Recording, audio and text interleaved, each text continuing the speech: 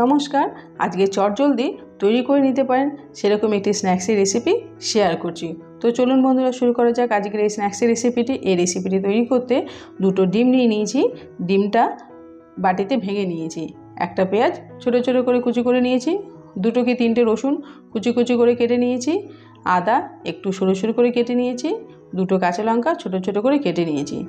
এবার এর মধ্যে দিয়ে দিলাম ছোটো 1 চামচ লবণ, ছোটো 1 চামচের হাফ চামচ হলুদ গুঁড়ো, লঙ্কার গুঁড়ো আর হাফ চামচ গোলমরিচের গুঁড়ো। সমস্ত কিছু দিয়ে ডিমটাকে খুব সুন্দরভাবে মিশিয়ে নেব।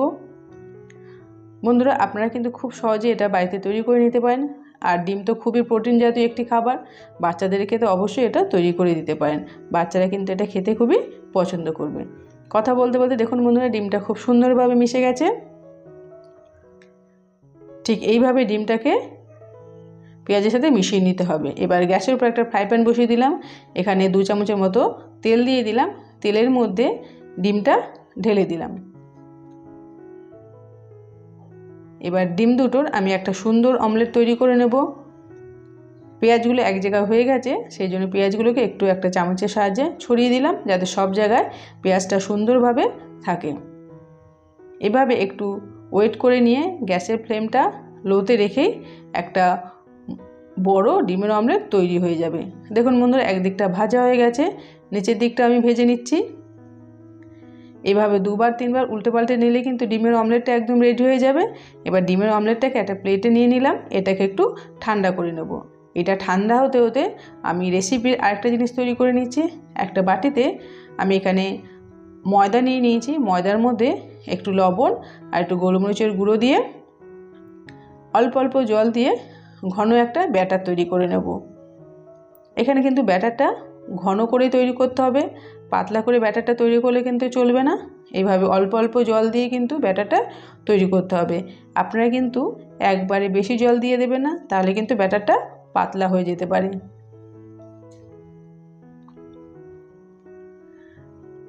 বন্ধুরা, আপনারা দেখতেই পারলেন আমি অল্প অল্প জল দিয়ে ময়দার একটা ঘন ব্যাটার তৈরি করে নিয়েছি। আপনারা চাইলে এখানে ময়দার বদলে আটাও ব্যবহার করতে পারেন।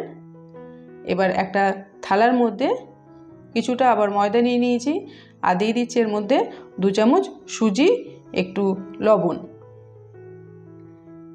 আর একটু দিয়ে দিলাম গোলমরিচের গুঁড়ো। আপনারা চাইলে এখানে লঙ্কার গুঁড়ো ব্যবহার করতে পারেন।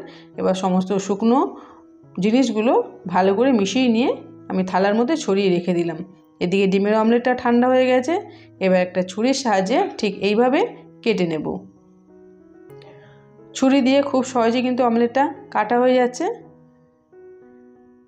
এবার এটাকে এইভাবে রেখে নিয়ে এবার সরু সরু করে ডিমের অমলেটটা কেটে নেব। বন্ধুরা, এইভাবে কিন্তু অবশ্যই একবার বাড়িতে বাচ্চাদেরকে তৈরি করে দেবেন। বাচ্চারা কিন্তু খেতে এটা খুবই পছন্দ করবে। এইভাবে একটার উপর একটা রেখে কাটলে কিন্তু একসঙ্গেই দুটো অমলেট কাটা হয়ে যাচ্ছে। দেখুন বন্ধুরা, কত সুন্দরভাবে ডিমের অমলেটটাকে সরু সরু করে কেটে নিলাম। ঠিক এইভাবেও কিন্তু আপনাদের তৈরি করে নিতে হবে। ডিমের অমলেটটা একদম কেটেই রেডি হয়ে গেছে। এবার যে ব্যাটারটা তৈরি করে নিয়েছি সেটাও নিয়ে নিলাম। এবার একটা একটা করে ডিমের অমলেটের পিস এইভাবে ময়দার ব্যাটারের মধ্যে ডিপ করে নেব। ভালো করে ময়দাটা অমলেটের মধ্যে লাগিয়ে নিয়েছি। এবার যে গুঁড়ো মশলাটা রয়েছে সেটার মধ্যে এই ডিমের অমলেটটা দিয়ে দেব। দেওয়ার পরে ভালোভাবে গুঁড়ো ময়দাটা ডিমের মধ্যে এইভাবে কোটিং করে নেব। একটু ভালো করে চেপে চেপে কোটিং করে নেবেন, তাহলেই দেখবেন কিন্তু একটা খুব সুন্দর ডিজাইন হয়ে যাচ্ছে। আপনারা যদি এইভাবে চেপে চেপে না করেন তাহলে কিন্তু ডিজাইনটা হবে না, দেখতেও অতটা ভালো হবে না। দেখুন কত সুন্দরভাবে একটা ডিজাইন হয়ে গেল।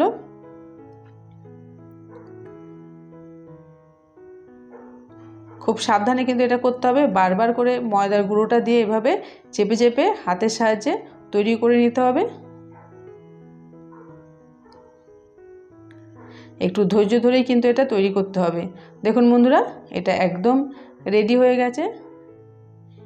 এইভাবেই কিন্তু সবগুলো আমি তৈরি করে নেব।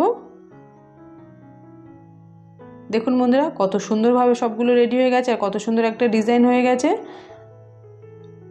এগুলোকে আর রেস্টে রাখার কোনো দরকার নেই, এগুলো তৈরি করার সঙ্গে সঙ্গে কিন্তু ভেজে নিতে হবে।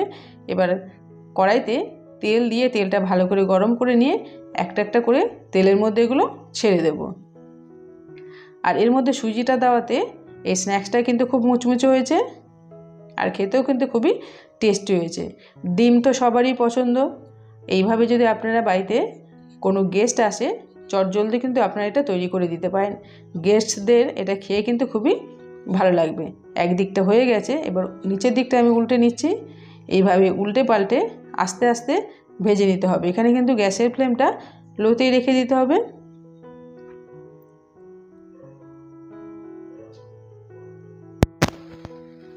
দেখুন বন্ধুরা কত সুন্দরভাবে এগুলো ভাজা হয়ে যাচ্ছে।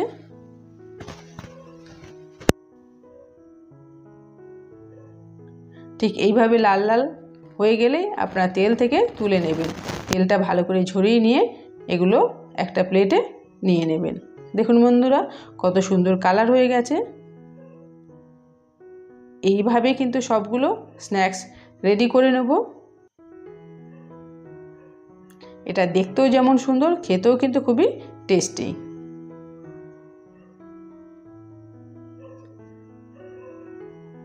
একটু সময় নিয়ে ধৈর্য ধরে এটা ভেজে নিতে হবে। দেখুন বন্ধুরা সবগুলো ঠিক এইভাবে ভেজে নিয়েছি। একটা প্লেটে আমি পরিবেশন করে দিলাম, টমেটো সসের সঙ্গে আমি এটা পরিবেশন করে দিলাম। দেখুন দেখতে কত সুন্দর হয়েছে। একটা ভেঙে আমি আপনাদেরকে দেখিয়ে দিচ্ছি আর একটা ছুরির সাহায্যে আমি দেখিয়ে দিচ্ছি এটা কতটা মুচমুচে হয়েছে। আওয়াজ আপনারা শুনতে পারলেন। আর টমেটো সসের সঙ্গে খেতে কিন্তু এটা দুর্দান্ত, বাচ্চারা তো এটা খুবই পছন্দ করবে। বন্ধুরা আজকের এই স্ন্যাক্সের রেসিপিটি আপনাদের কেমন লাগলো অবশ্যই কমেন্টস করে জানাবেন। ভালো লাগলে একটা লাইক করবেন, শেয়ার করবেন।